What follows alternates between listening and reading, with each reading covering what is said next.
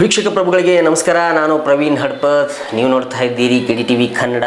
ವೀಕ್ಷಕ ಪ್ರಭುಗಳೇ, ಇವತ್ತು ಧರ್ಮಸ್ಥಳ ಕೇಸ್ ಏನಿದೆ ಆ ಒಂದು ಕೇಸ್ ಬಗ್ಗೆ ಹೊಸ ಅಪ್ಡೇಟ್ಗಳು ಬರ್ತಾನೇ ಇವೆ. ಈ ಹಿಂದೆ ನಾನು ಅಂದ್ಕೊಂಡಿದ್ದೆ ಇನ್ಮೇಲೆ ಅಪ್ಡೇಟ್ಸ್ಗಳು ಕಡಿಮೆ ಆಗ್ತವೆ, ಕೇಸು ಕೊನೆ ಹಂತಕ್ಕೆ ಬರುತ್ತೇನೋ ಅಥವಾ ಬರುವಂತಹ ಮಟ್ಟಕ್ಕಿದೆಯೇನೋ ಅಂತ ಹೇಳಿ.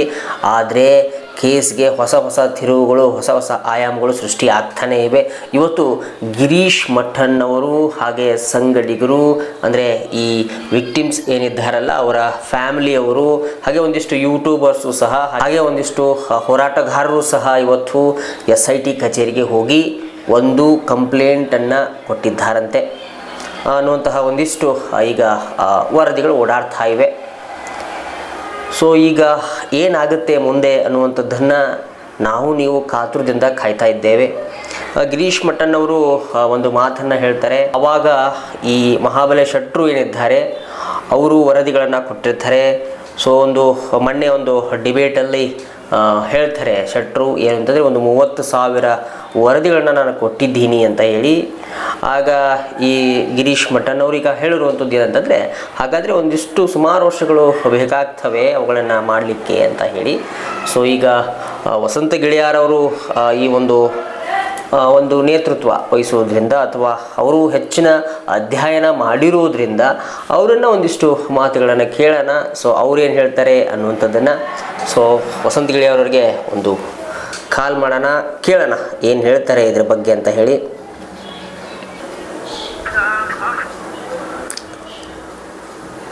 ಸರ್ ನಮಸ್ತೆ. ಈಗ ಗಿರೀಶ್ ಮಠನ್ ಅವರು ನಂತರ ಒಂದು 12 ಜನ ಕರ್ಕೊಂಡು SITಗೆ ಹೋಗಿ ಏನೋ ಕಂಪ್ಲೇಂಟ್ ಕೊಟ್ಟಿದ್ದಾರೆ ಇವತ್ತು. ಅಂದರೆ ಅದು ಇದಿತ್ತಲ್ಲ ಸರ್, ಈಗ ಏನಂತಾರೆ ಅದಕ್ಕೆ, UDR ಏನಿದೆಯಲ್ಲ, ನಾವು ಪ್ರತ್ಯೇಕ UDR FIRಗಳನ್ನ ಕೇಳ್ತಾ ಇದ್ದೀವಿ. ಆದರೆ ಇವರು ಓವರಾಲ್ ಆಗಿ 1 ವರ್ಷಕ್ಕೆ ಇಷ್ಟು ನಡೆದಿದ್ದಾವೆ ಅಂತ ಹೇಳಿ ಕೊಡ್ತಿದ್ದಾರೆ. ಅದಕ್ಕೆ ನಮಗೆ ಇಂಡಿವಿಜುವಲ್ ಆಗಿ FIRಗಳು ಅಥವಾ UDRಗಳು ಬೇಕು ಅಂತ ಹೇಳಿ ಇವತ್ತು SIT ಕಚೇರಿಗೆ ಹೋಗಿ ಟೀಮ್ ಎಲ್ಲ ಸೇರಿ, ಈ ಕುಸುಮಾವತಿ ಅವರು ಎಲ್ಲ ಸೇರಿ ಹೋಗಿ ಕೊಟ್ಟಿದ್ದೀವಿ ಅಂತ ಹೇಳಿ ಒಂದು ವಿಡಿಯೋ ಈಗ ಹೊರಗೆ ಬೀಳ್ತದೆ ಸರ್. ಏನು ಸರ್, ಏನ್ ಬೇಕಾದ್ರೂ ಮಾಡ್ಕೊಳ್ಳಿ, ಅದು ಏನು ದಿನ ಒಂದೊಂದು ಮಾಡ್ತಾ ಇರ್ತಾರೆ ಸರ್. ನೋ ಯೂಸ್ ನಮ್ಗೆ ಅದ್ರ ಬಗ್ಗೆ ತಲೆ ಕೆಡ್ಸ್ಕೊಳಕ್ಕೆ ಇಲ್ಲ ಈಗ. ಯಾಕಂದ್ರೆ ಜನರಿಗೆ ಸತ್ಯ ಅನ್ನೋದು ಗೊತ್ತಾಗಿದೆ. ಇವರು ಡೇ ಬೈ ಡೇ ಮಾಡ್ತಿರೋದು ಹೊಸ ನಾಟಕಗಳು ಅನ್ನೋದು ಜನರಿಗೆ ಯಾರಿಗೂ ಡೌಟ್ ಇಲ್ಲ. ನಿಮ್ಗೇನೋ ಡೌಟ್ ಇದೆಯಾ? ನಮ್ಗೇನೋ ಡೌಟ್ ಇಲ್ಲ ಸರ್. ಇಲ್ಲ ಸರ್, ಅದೆಲ್ಲ ನಾಟಕಗಳು ಜನರಿಗೆ ಅವ್ರು ಇಂಥದ್ದೇ ಜೀವಮಾನ ಪೂರ್ತಿ ಇದನ್ನೇ ಮಾಡ್ತಾ ಇರ್ತಾರೆ ಅವರು. ಸರ್, ಸಾಯೋ ತನಕ ಅವ್ರು ಸತ್ತೋಗೋ ತನಕ ಇದನ್ನ ಮಾಡ್ತಾರೆ. ಅದಕ್ಕೆ ಯಾರು ಸೊಪ್ಪಾಗ್ತಾರೆ ಹೇಳಿ? ಯಾರಿಗೆ ಅದು ಆಸಕ್ತಿ? ನನಗಂತೂ ಆಸಕ್ತಿ ಇಲ್ಲ. ಅಲ್ಲ ಸರ್, ಈಗ SIT ಮುಗಿಯೋ ಹಂತಕ್ಕೆ ಅಂತಂದ್ರೆ ವರದಿ ಕೊಡೋ ಹಂತಕ್ಕೆ ಬಂದಾಯ್ತು ಈಗ. ಮತ್ತೆ ಇವ್ರು ಇನ್ನೂ ತನಿಖೆ ಹಂತದಲ್ಲೇ ಇದ್ದಾರೆ ಅಂತ. ಇಲ್ಲ, ಇವ್ರು ಕಂಪ್ಲೇಂಟ್ ಕೊಟ್ಟಿದ್ದಾರೆ. ಕಂಪ್ಲೇಂಟ್ ಕೊಡ್ಲಿಕ್ಕೆ ಅವ್ರು ಸ್ವತಂತ್ರ ಕಂಪ್ಲೇಂಟ್ ಕೊಡ್ಲಿ. ಸ್ವತಂತ್ರ ಬಿಡಿ, ಅದಕ್ಕೆ ಬೇಕಾದವ್ರು ಕಂಪ್ಲೇಂಟ್ ಕೊಡ್ಬೋದು. ಏನ್ ಬೇಕಾದ್ರೆ ಕಂಪ್ಲೇಂಟ್ ಕೊಟ್ಕೊಳ್ಳಿ, ಏನ್ ಬೇಕಾದ್ರೆ ಮಾಡ್ಕೊಳ್ಳಿ. ಏನಾಗುತ್ತೆ ಮಾಡ್ಕೊಳ್ಳಿ. ಅವ್ರಿಗೇನು ಈ ತರ ಕಂಪ್ಲೇಂಟ್ SIT ಒಂದು ತೀರ್ಮಾನ ಬರಬಾರ್ದು ಬೇಗ. ಬೇರೆ ಹೊಸ ಕಂಪ್ಲೇಂಟ್ ಮಾಡ್ತಾ ಡಿಲೇ ಆಗ್ತಾ ಹೋಗ್ಬೇಕು ಪ್ರೋಸೆಸ್ ಅಂತ. ಮತ್ತೆ ಅದು ಏನ್ ಮಾಡ ಅದಕ್ಕೇನು ಇದಿಲ್ಲ ಬಿಡಿ ಸರ್, ವ್ಯಾಲ್ಯೂ ಇಲ್ಲ. ಅದ್ರ ಬಗ್ಗೆ ಡಿಸ್ಕಷನ್ ಮಾಡೋದು ವೇಸ್ಟ್ ಟೈಮ್ ಮತ್ತೆ ನಮ್ಮ ನೆಮ್ಮದಿ ಹಾಳಾಗ್ತದೆ ಅಷ್ಟೇ. ಅದನ್ನೇನು ಯೂಸ್ ಇಲ್ಲ. ನಿಜ. ಸೌಜನ್ಯರಿಗೆ ನ್ಯಾಯ ಕೊಡಿಸೋ ಉದ್ದೇಶ ಅವರಿಗಿಲ್ಲ. ಅವ್ರು ಅನ್ಯಾಯ ಮಾಡಿದಾರೆ, ಆ ಪಾಪ ಮಾಡ್ತಾರೆ ಸರ್. ಏನೇನು ಬೆಂಗಳೂರಲ್ಲಿ ಸೆಟ್ಲ್ ಆಗ್ಬಿಡ್ತೀರಾ ಹೆಂಗಂತ? ಹೌದು ಸರ್, ಬ್ಯಾಂಗ್ಳೂರಲ್ಲಿ ಬಿಸ್ನೆಸ್ ಡೆವಲಪ್ ಮಾಡ್ಕೊಂಡು ಬ್ಯಾಂಗ್ಳೂರ್. ಅದೇ ಇವತ್ತು ನಿಮ್ಮ ಫೇಸ್ಬುಕ್ಕಲ್ಲಿ ಇದು ನೋಡಿದ್ನಲ್ಲ, ಅದ್ರ ಮೇಲೆ ಗೊತ್ತಾಯ್ತು ಬೆಂಗಳೂರಿಗೆ ಸೆಟ್ಲ್ ಆಗ್ತಾರೆ ಇವ್ರು ಅಂತ ಹೇಳಿ.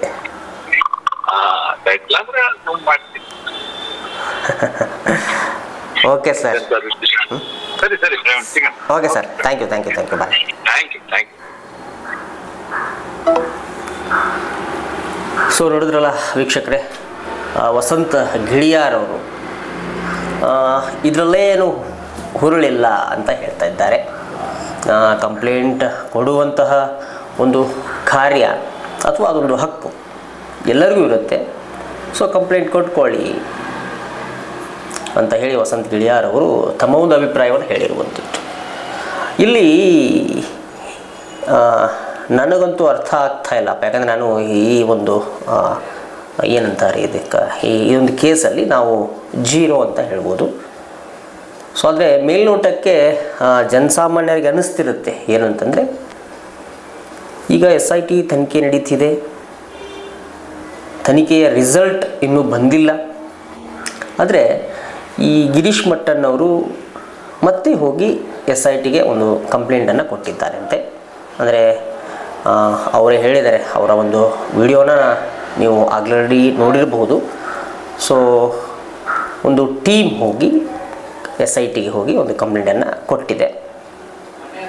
ನಮಗೆ UDRಗಳು ಅಂದರೆ ಈ ಅಸಹಜ ಸಾವುಗಳೇನಾಗ್ತವಲ್ಲ, ಅವುಗಳು ಎಷ್ಟಾಗಿದೆ ಅಂಥೇಳಿ ನಾನು ಕೇಳಿದಾಗ 1 ವರ್ಷಕ್ಕೆ ಇಷ್ಟಾಗಿದೆ ಅಂತ ಹೇಳ್ತಾರೆ ಹೊರತು ಪ್ರತ್ಯೇಕವಾಗಿರುವಂತಹ UDRಗಳನ್ನು ಅಥವಾ FIRಗಳನ್ನು ಕೊಡ್ತಾ ಇಲ್ಲ ಇವರು ಅನ್ನುವಂಥ ಮಾತುಗಳನ್ನು ಗಿರೀಶ್ ಮಟ್ಟಣ್ಣವರು ಈಗ ಹೇಳ್ತಿದ್ದಾರೆ. ನಂತರ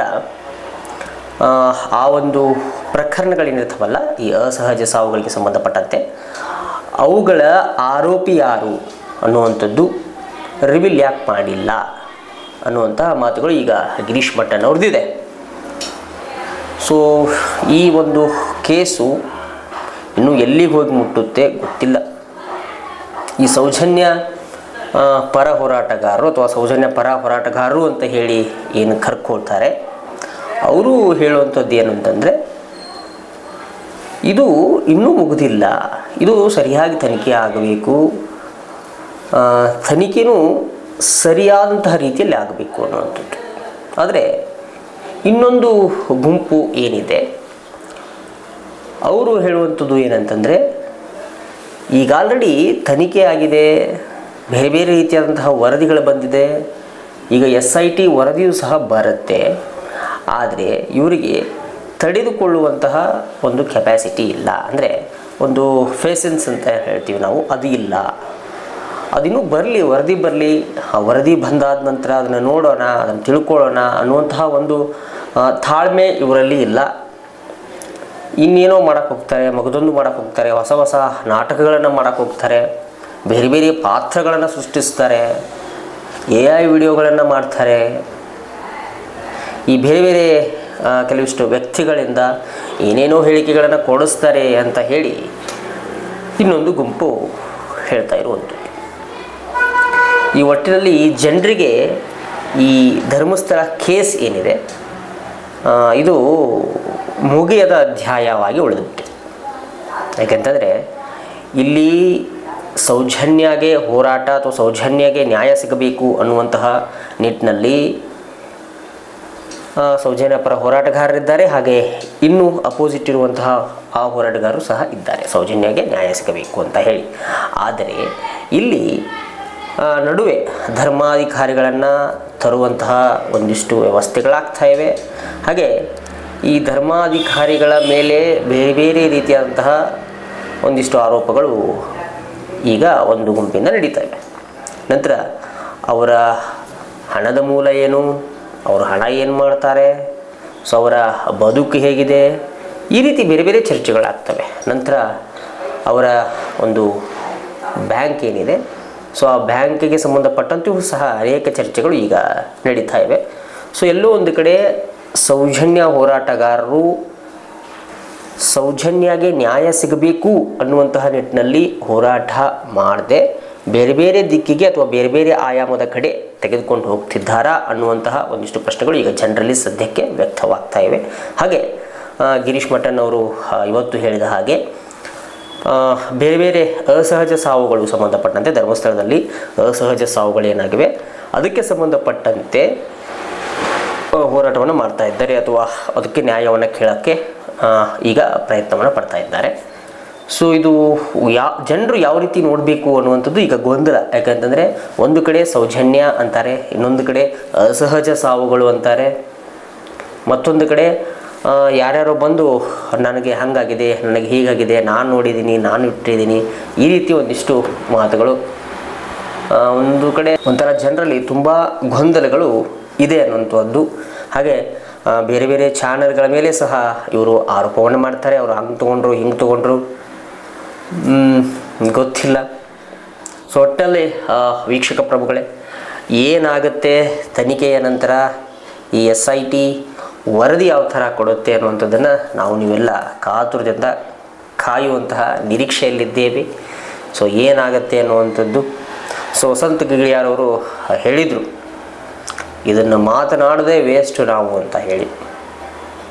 ಸೊ ಅದು ವೇಸ್ಟಾ ಅಥವಾ ಉಪಯೋಗನ? ಸೊ ಕಮೆಂಟ್ ಸೆಕ್ಷನಲ್ಲಿ ಒಂದು ಕಮೆಂಟ್ ಹಾಕಿ, ನಿಮ್ಮ ಅಭಿಪ್ರಾಯ ಅನಿಸಿಕೆಗಳು ನಮಗೆ ತುಂಬ ಮುಖ್ಯವಾಗಿರ್ತವೆ. ಸೊ ನೋಡೋಣ ಈ ಕೇಸ್ ಬಗ್ಗೆ ಮತ್ತಿರೋ ಅಪ್ಡೇಟ್ಗಳು ಬರ್ತವೆ ಅನ್ನುವಂಥದ್ದನ್ನು ನಿಮಗೆ ತಿಳಿಸುವಂತಹ ಪ್ರಯತ್ನವನ್ನು ಮಾಡ್ತೇವೆ. ಸೊ ಮುಂದಿನ ಒಂದು ವರದಿಯಲ್ಲಿ ಸಿಗೋಣ. ನಮಸ್ಕಾರ. ನಾನು ಪ್ರವೀಣ್ ಹಡ್ಪತ್ ಮತ್ತೊಂದು ಭಿನ್ನವಾಗಿರುವಂತಹ ವರದಿಯೊಂದಿಗೆ ಮತ್ತೆ ಬರ್ತೀನಿ. ಎಲ್ಲರಿಗೂ ನಮಸ್ಕಾರ. ವಂದೇ ಮಾತರಂ.